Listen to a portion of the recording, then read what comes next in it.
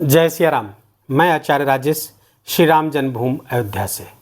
प्रिय दर्शकों, न्याय, अधिकार, कर्म, सेवा, पाप, दुख, मृत्यु और चोरी के कारक ग्रह शनिदेव 29 मार्च 2025 को धर्म और मुक्ति की राशि मीन राशि पर गोचर कर जाएंगे, जहां पर ये 2 जून 2027 तक विराजमान रहेंगे।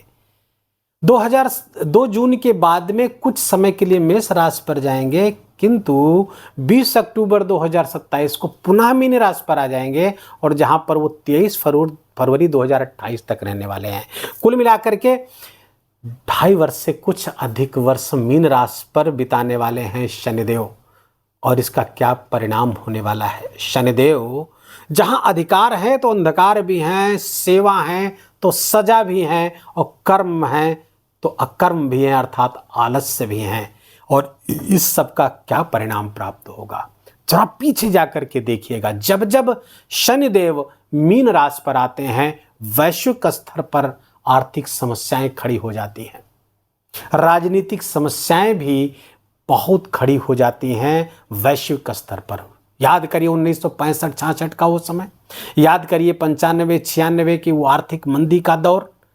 समस्याएं जटिल होने ही वाली हैं। और जब जब मीन राशि पर शनिदेव आते हैं, वैश्विक स्तर पर हर व्यक्ति को प्रभावित करते हुए दिखते हैं। शनिदेव यहां पर मीन राशि पर रहेंगे। मीन राशि जल तत्वीय राशि है और यहां पर शनिदेव मन की कल्पना को उठाकर पटक देते हैं और उसका सच से सामना कराते हैं, वास्तविकता से सामना कराते हैं। कहने का अर्थ है, जो लोग कल्पना की उड़ान भरते रहते हैं, उनका इस कालखंड में सच से सामने वाला है, वास्तविकता से सामने होने वाला है। इसके लिए आप तैयार रहें। शनिदेव मीन राशि पर या गुरु की दोनों राशियों पर, धनु और मीन राशि पर जब होते हैं तो कोदंड शनि कहलाते हैं और प्रलयंकारी भैरव के समान परिणाम देते हैं। कोदंड अर्थात हाथ में दंड धारण करते हैं, और वो दंड जो भी अनुशासन और मर्यादा को भंग करता है, वो चाहे कोई उनका पिता ही क्यों ना हो, दंडित जरूर करते हैं शनि। तो हम आपकी क्या ही बात करें। इसलिए इस कालखंड में अनुशासन और मर्यादा, चारित्रिक दृढ़ता, ये बहुत ही आवश्यक है। इसलिए बहुत ही सावधान सब लोग रहें, क्योंकि वैश्विक स्तर पर आर्थिक समस्याएं बढ़ेंगी, लिक्विडिटी की कमी होगी, खर्चे बढ़ने वाले हैं, एजिटेशन हो सकता है यहाँ पर, और कुल मिलाकर के समस्याएं कुछ जटिल हो सकती हैं। लेकिन आइए जानते हैं कर्क राशि के जातकों को इसका क्या परिणाम प्राप्त होने वाला है। कर्क राशि के जातकों के लिए ढैया समाप्त हो जाएगी 29 मार्च को। बहुत राहत भरी खबर है, क्योंकि पिछले दिनों कर्क राशि के जातकों को कई समस्याएं झेलने को मिली थी।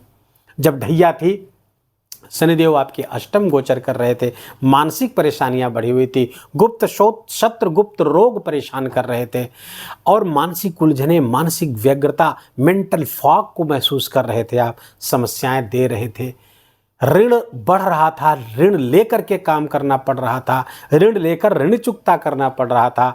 इस सब से शनिदेव अब आपको राहत देने जा रहे हैं। तो कर्क राशि के जातकों के लिए बड़ी राहत भरी खबर है, और शनिदेव का ये गोचर कर्क राशि के लिए काफ़ी हद तक अच्छा होने वाला है। अच्छा, शनिदेव का परिणाम इस बात पर भी निर्भर करता है कि शनिदेव किस राशि पर हैं और उस राशि का स्वामी कहाँ गोचर कर रहा है। तो उस राशि के स्वामी गोचर कर रहे होंगे, मीन राशि पे हैं, मीन राशि के स्वामी देवगुरु बृहस्पति है, और देवगुरु बृहस्पति का गोचर प्रारंभ में 14 मई से और मध्य 2026 तक तो द्वादश स्थान पर रहेंगे। ये अच्छा गोचर नहीं रहेगा, लेकिन उसके बाद उच्च के हो जाएंगे। हालांकि यहाँ उच्चाभिलाषी रहेंगे, उसके बाद वाला समय तो अच्छा हो जाएगा। तो उस गोचर का भी परिणाम आपको प्राप्त होगा।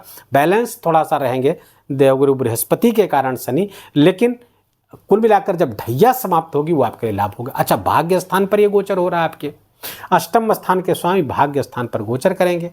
तो यहाँ पर आपके लिए भाग्य का सपोर्ट तो आता हुआ दिख रहा है। हाँ, नए काम करने के लिए यहाँ पे आपको बाध्य करेंगे, कुछ नयापन लाना पड़ेगा। आप नहीं काम बदलेगा तो काम करने के तरीकों में बदलाव, शनिदेव बदलाव लाने के लिए शनिदेव विवश कर देंगे आपको। तो काम में बदलाव या फिर काम करने के तरीकों में बदलाव की आने की स्थिति बन रही है यहाँ पर। हाँ, अगर पार्टनरशिप में कोई काम कर रहे हैं तो थोड़ी सी समस्या यहाँ पर पैदा कर सकते हैं। पार्टनरशिप के भंग होने की समस्या भी यहाँ पर बढ़ सकती है। तो इसलिए पार्टनरशिप में अगर आपका व्यापार बिजनेस है तो थोड़ा सा सावधानी बरतने की आवश्यकता यहाँ पर रहने वाली है कर्क राशि के जातकों के लिए। हाँ, जो लोग घूमने फिरने के शौकीन हैं, घूमने फिरने की उनकी टेंडेंसी बढ़ेगी और उससे उनको लाभ भी होगा, क्योंकि भाग्य स्थान पर गोचर कर रहे हैं। लॉन्ग डिस्टेंस का ट्रैवल ये दिखा रहा है, तो लॉन्ग डिस्टेंस के ट्रैवल्स करने वाले हैं, तीर्थ यात्राएं करेंगे और खासकर विष्णु स्थान और गुरु स्थान की यात्रा करना आपके लिए विशेष लाभकारी भी होने वाला है। तो ये यात्राएं आपके लिए बहुत ही फायदेमंद और आपके भाग्य का अभिवर्धन करने वाली होंगी, भाग्य को बढ़ाने वाली होंगी। ट्रेवल एंड टूरिज्म से जो लोग कर्क राशि के जातक जुड़े हैं उनको विशेष लाभ की स्थिति बन रही है। रियल एस्टेट से, प्रॉपर्टी डीलिंग से लोग जो जुड़े हुए हैं उनको विशेष लाभ हो सकता है। और यहाँ पर साइंस एंड टेक्नोलॉजी से जो लोग जुड़े होंगे, वैज्ञानिक आदि हैं, उन सब के लिए विशेष स्थिति यहाँ पर बनती है। हायर एजुकेशन के लिए भी ये शनि अच्छे हैं। उच्च शिक्षा के लिए भी अगर आप प्रयास कर रहे हैं तो उसमें भी शनिदेव आपकी मदद करने वाले हैं। हाँ, भाग दौड़ तो बढ़ेगी, लेकिन इस भाग दौड़ से ही आपको लाभ भी होने वाला है।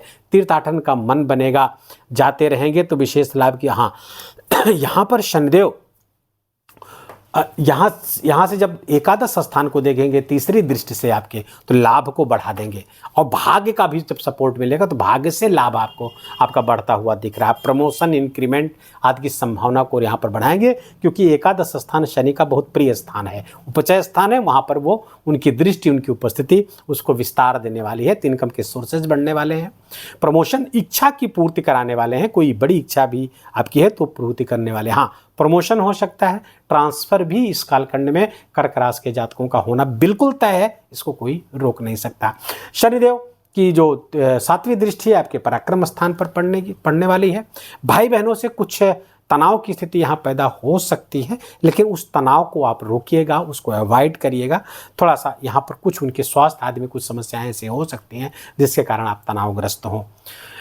हालांकि इसके कारण चूंकि यहाँ का भाव भी शनिदेव को बहुत प्रसन्न है, तीसरे भाव में बैठ करके राजयोग कारक हो जाते हैं, तो फलतः आपके इनिशिएटिव्स को बढ़ाने वाले हैं, आपके पराक्रम पुरुषार्थ को बढ़ाएंगे यहाँ पर बैठ करके, और आपके रिस्क लेने की क्षमता को भी यहाँ पर बढ़ाते हुए शनिदेव दिखेंगे, जिससे आप इसको बड़े लाभ में परिवर्तित करते हुए दिख रहे हैं। शनिदेव की जो दृष्टि है यहाँ से 10वीं दृष्टि आपके 6ठे स्थान पर पड़ेगी, तो रोग का समाप्त, जो पिछले दिनों रोग परेशान कर रहा था उसका ऐसा कोई समाधान निकल जाएगा जिससे रोग का विनाश हो जाएगा। शत्रुओं पर आप हावी हो जाएंगे, शत्रु कोई षड्यंत्र कर रहे थे वो उस पर आप हावी हो जाएंगे, उनकी कोई दाल गलने नहीं वाली है। हाँ, पिछले दिनों को जो ऋण लेना पड़ा है, अब आने वाले समय में उन ऋणों का भी नाश कर देंगे आप, वो लोन वगैरह है उसको भी आप समाप्त कर देंगे। ये स्थिति ये बहुत सकारात्मक है। नौकरी आदि से संबंधित चीज़ें अच्छी रहेंगी, क्योंकि ये सर्विस सेक्टर का भी है।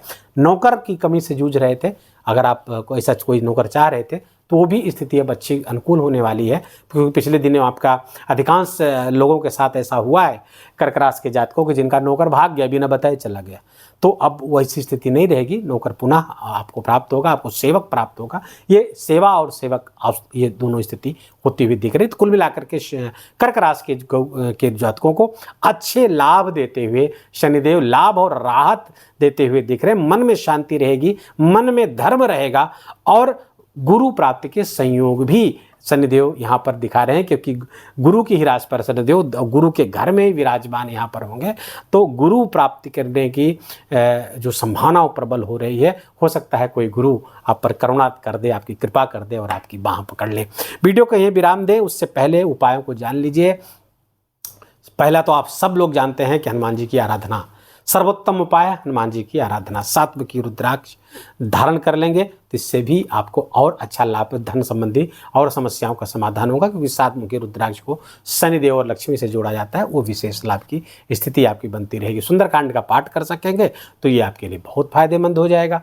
हाँ, ब्रह्म वैवर्त पुराण में कृष्ण भक्त बताया गया है शनि को। तो कृष्ण भगवान की भक्ति करेंगे, इससे भी शनि बहुत ही बैलेंस होता है। लेकिन सबसे ऊपर है अपने चरित्र को अच्छा रखना और अपने आय का एक अंश और अपने धन का एक अंश समाज सेवा में लगाना, सोसाइटी की वेलफेयर में लगाना, गरीबों की, मजदूरों की मदद करना, उनकी हेल्प करना, ये शनि का सर्वोत्तम उपाय है। वीडियो के ही विराम देंगे। वीडियो अच्छा लगा हो, आपके काम का लगा हो, मेरा बोलना, आपका सुनना दोनों यदि सार्थक हुआ हो तो इस वीडियो को लाइक करिएगा, अपनों के साथ शेयर करके उनको भी इसका लाभ दीजिए।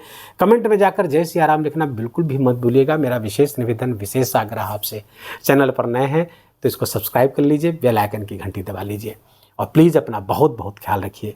जय जय सिया राम।